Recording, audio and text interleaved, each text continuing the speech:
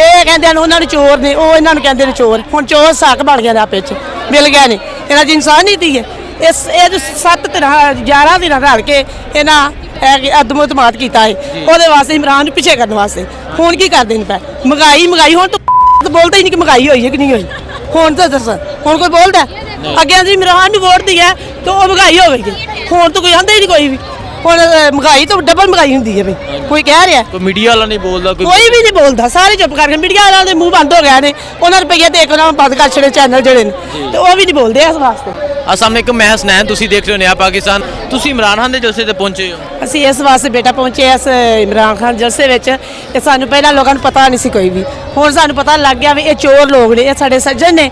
ਇਹਨਾਂ ਨੂੰ ਕੋਈ ਵੀ ਕੰਮ ਹੋਵੇ ਇਹਨਾਂ ਦਾ ਲੰਦਨ ਹੁੰਦਾ ਹੈ, ਇਹਨਾਂ ਦੇ ਬੱਚੇ ਲੰਦਰਾਂ 'ਚ ਰਹਿੰਦੇ ਨੇ। ਅਸੀਂ ਗਰੀਬ ਬੇਟੇ ਸੜ ਚੱਲਿਆ ਧੁੱਪਾਂ 'ਚ, ਬਗੈਰ ਬਿਜਲੀ ਤੋਂ ਬਗੈਰ ਪਾਣੀ ਤੋਂ ਜ਼ਿੰਦਾ ਰਹਿੰਦੇ ਆ ਪਿਆ।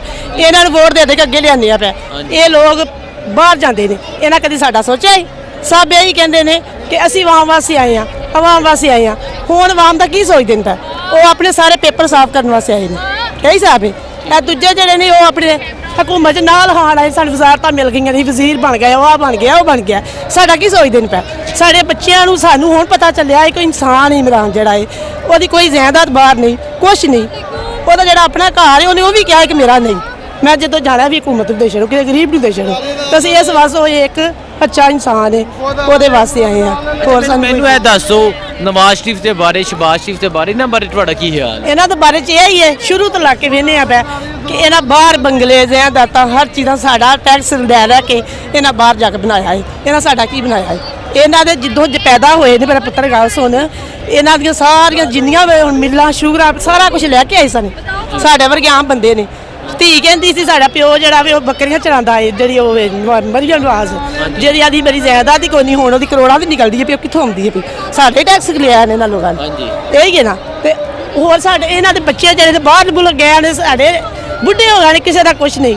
ਇਹਨਾਂ ਦੇ ਜਵਾਨਾਂ ਦੇ ਖਰਬਾਂ ਦੇ ਖਰਬ ਇਹਨਾਂ ਦੇ ਰੁਪਈਏ ਨੇ, ਇਹਨਾਂ ਦੀ ਹਰ ਚੀਜ਼। ਇਹ ਜੰਮਦੇ ਹੀ ਪਦੈਸ਼ੀ ਹਨ, ਨਵਾਬ ਬਣੇ ਨੇ, ਤੇ ਸਿਰਫ ਸਾਡੇ ਸਿਰ ਤੇ। ਹੁਣ ਸਾਡੇ ਲੋਕਾਂ ਨੂੰ ਪਤਾ ਚੱਲ ਗਿਆ ਨੇ, ਤੇ ਇਹਨਾਂ ਦੇ ਪਿੱਛੇ ਨਹੀਂ ਜਾਣਾ। ਇਹ ਇਮਰਾਨ ਖਾਨ ਅੱਛਾ ਬੰਦਾ ਹੈ, ਇੱਕ ਲੀਡਰ ਹੈ, ਦੁਨੀਆ ਤੇ ਪਾਇਆ ਜਾਂਦਾ ਹੈ, ਇਹਨਾਂ ਨੂੰ ਪਤਾ ਹੈ। ਜਿਹੜੇ ਮੁਸਲਮਾਨ, ਮੈਨੂੰ ਇਹ ਦੱਸੋ, ਇਮਰਾਨ ਖਾਨ ਨੇ ਸਿਆਲਕੋਟ ਕਿਹਾ ਕਿ ਉਹਨਾਂ ਦੀ ਜਾਨ ਨੂੰ ਖਤਰਾ ਹੈ, ਮਾਰਨ ਦੀ ਪਲੈਨਿੰਗ ਕੀਤੀ ਜਾ ਰਹੀ ਹੈ।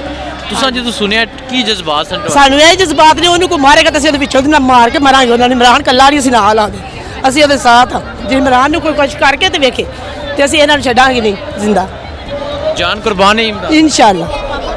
ਆਪਣੀ ਜ਼ਿੰਦਗੀ ਦੇ ਵਿੱਚ ਪਹਿਲਾਂ ਸ਼ੁਰੂ ਤੋਂ ਸਾਡੇ ਵੱਡੇ ਸਨ ਪੀਪਲ ਪਾਰਟੀ ਦੇ, ਜਿੰਨਾ ਤੱਕ ਉਹ ਸਹੀ ਰਹਿ ਨਾਲ ਰਹੇ ਆ।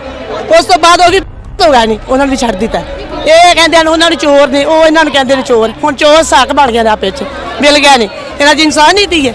ਇਹ 7 ਤਰ੍ਹਾਂ 11 ਦਿਨ ਰਲ ਕੇ ਇਹਨਾਂ ਅਦਮੋਤਮਾਤ ਕੀਤਾ ਹੈ ਉਹਦੇ ਵਾਸਤੇ, ਇਮਰਾਨ ਨੂੰ ਪਿੱਛੇ ਕਰਨ ਵਾਸਤੇ। ਹੁਣ ਕੀ ਕਰਦੇ ਨੇ ਪੈ ਮਹਿੰਗਾਈ ਹੁਣ ਤਾਂ ਬੋਲਦਾ ਹੀ ਨਹੀਂ ਕਿ ਮਹਿੰਗਾਈ ਹੋਈ ਹੈ ਕਿ ਨਹੀਂ ਹੋਈ। ਹੁਣ ਤਾਂ ਦੱਸ, ਹੁਣ ਕੋਈ ਬੋਲਦਾ? ਅੱਗੇ ਅਸੀਂ ਇਮਰਾਨ ਨੂੰ ਵੋਟ ਦਿਆ ਤਾਂ ਉਹ ਮਹਿੰਗਾਈ ਹੋਵੇਗੀ, ਹੁਣ ਤਾਂ ਕੋਈ ਆਂਦਾ ਹੀ ਨਹੀਂ ਕੋਈ ਵੀ। ਹੁਣ ਮਹਿੰਗਾਈ ਤਾਂ ਡਬਲ ਮਹਿੰਗਾਈ ਹੁੰਦੀ ਹੈ ਬਈ, ਕੋਈ ਕਹਿ ਰਿਹਾ? ਕੋਈ ਮੀਡੀਆ ਵਾਲਾ ਨਹੀਂ ਬੋਲਦਾ, ਕੋਈ ਵੀ ਨਹੀਂ ਬੋਲਦਾ, ਸਾਰੇ ਚੁੱਪ ਕਰਕੇ। ਮੀਡੀਆ ਵਾਲਿਆਂ ਦੇ ਮੂੰਹ ਬੰਦ ਹੋ ਗਏ ਨੇ, ਉਹਨਾਂ ਰੁਪਈਏ ਦੇ ਕੇ ਉਹਨਾਂ ਬੰਦ ਕਰ ਛੜੇ ਚੈਨਲ ਜਿਹੜੇ ਨੇ, ਤੇ ਉਹ ਵੀ ਨਹੀਂ ਬੋਲਦੇ ਇਸ ਵਾਸਤੇ। ਤੇ ਮੈਂ ਤੇ ਇੰਨਾ ਕੁਝ ਜਾਣਦੀ ਹਾਂ ਕਿ ਇਹ ਇਨਸਾਨ अच्छा है, ਇਹਦੇ ਪਿੱਛੇ ਲੱਗ ਕੇ ਵੇਖੋ कुछ करेगा ही ना। यारो लारी अड्डे से हम पैदल चले हैं भाई, लारी अड्डे से, ये लारी अड्डा नहीं, ओ लारी अड्डा, उधर से पैदल चले हैं, पैदल चलते आ रहे हैं। यार इमरान खान के लिए आया हूँ भाई, पाकिस्तान के लिए आया हूँ भाई। क्यों आया हूँ? इसलिए कि मैंने बड़े मौलवी देखे, बड़े पीर देखे, कोई मौलवी मुझे ये नहीं बता सका या का ना बोदो भाई या का नस्ताइन का मतलब क्या है। कोई पीर मुझे ये नहीं बता सका। और ये अगर मुझे समझ आई तो इमरान खान से समझ आई।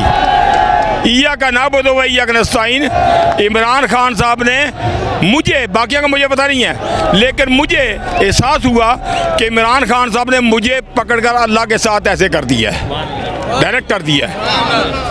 ईया का ना बोदो भाई या या अल्लाह हम तेरी ही इबादत करते हैं और तुझसे ही मदद मांगते हैं। तो बंदा रब के साथ डायरेक्ट हो गया ना यार। और ये डायरेक्शन जो है ना वो मुझे इमरान खान साहब से मिली है भाई। एक बात ये, दूसरी बात ये है, इमरान खान मुझे पसंद आया किस बात पर? इसने कहा absolutely not, I like to him, I like to him very much. Imran Khan is the good person, Imran Khan is the very good person. And very good leader at this time. बहुत अच्छा लीडर है हमारा। एक बात ये है, दूसरी बात ये है, जी जी, दूसरी बात ये है बेटा कि वो क्या नाम है, बिलावल भुट्टो, मैं उसको भुट्टो नहीं कहता, बिलावल भुट्टो। वो बिलावल भुट्टो जो है वो क्या कहता है, जिस दिन एक तहरीक में इत्मीनान कामयाब हुई थी, उसने अपने साथियों को बोला था पुराना पाकिस्तान मुबारक हो। अब पुराना पाकिस्तान क्या है, बेनज़ीर से शुरू कर दें, बेनज़ीर आज़म ज़रदारी नवाज शरीफ, ये पुराना पाकिस्तान है। बेनज़ीर ने क्या किया था, जब बेनज़ीर हुक्मरान बनी थी तो वो 7 अमरीकन सुंडी लेकर आई थी और पाकिस्तान, आधा पाकिस्तान उसकी कपास की फसल तबाह हो गई थी। दूसरा, उसके बाद आगे,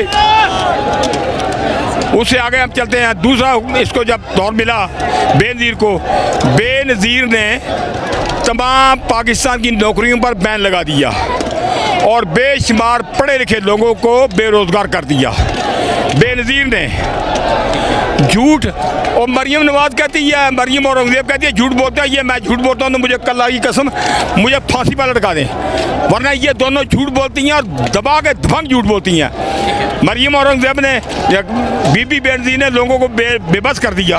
उसके बाद आज जो अभी जलसे का माहौल देख रहे हैं, जोश देख रहे हैं, क्या समझते हैं, क्या ये जोश कम कर सके आपका, आप पे शेल फेंक के, आपको मार के, क्या जो जोश था जो लोगों ने इमरान खान के लिए आना था, क्या वो अक्सरियत कम कर ली है इन्होंने? नहीं बच्चा, ये अक्सरियत को कम नहीं कर सकते।